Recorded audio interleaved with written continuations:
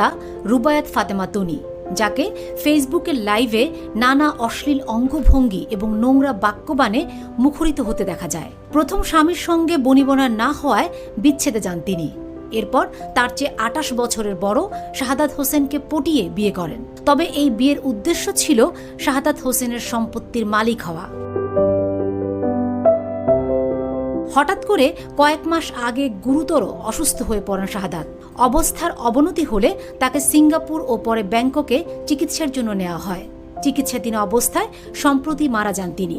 এরই মধ্যে সামাজিক যোগাযোগ মাধ্যমে তনির স্বামীর লাইফ সাপোর্ট খোলা অবস্থায় একটি ছবি ছড়িয়ে পড়েছে, যেখানে তনিকে তার স্বামীর পাশে দাঁড়ানো অবস্থায় দেখা যায়। কিন্তু সেই ছবিতে তনি ছিল ফুল মেকআপ এবং ঠোঁটে লাল লিপস্টিকে সজ্জিত।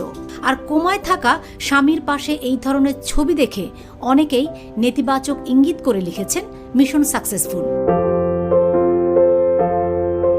সবাই বলছেন শাহাদাত হোসেনের বিপুল সম্পত্তির মালিক এবার হলেন তনি। কিন্তু এই বিষয়টি নিয়ে তনি তীব্র প্রতিক্রিয়া দেখিয়েছেন। এমন ধরনের অপপ্রচারের সমালোচনা করে তিনি লিখেন, মিশন সাকসেসফুল, যারা আমার ছবি দেখে এইসব লিখছেন, আমি জানতে চাই কি মিশন সাকসেসফুল। একটা প্রমাণ দেখাতে পারলে ফেসবুকে আর চেহারা দেখাবো না। হিংসুটে লোকদের কাজ হচ্ছে অন্যের পেছনে পড়ে থাকা। তিনি বলেন, আমার হাজব্যান্ড 101 দিন লাইফ সাপোর্টে ছিল। প্রথম দিকে আমি বেশিরভাগ সময় ব্যাংককে থাকতাম, কিন্তু হাসপাতালে প্রতিদিন 10 থেকে 12 লক্ষ টাকা বিল দিতে যে আমার অর্থনৈতিক অবস্থান কি হতে পারে, এটা যে কোনো শিক্ষিত মানুষকে মনে হয় না বোঝাতে হবে।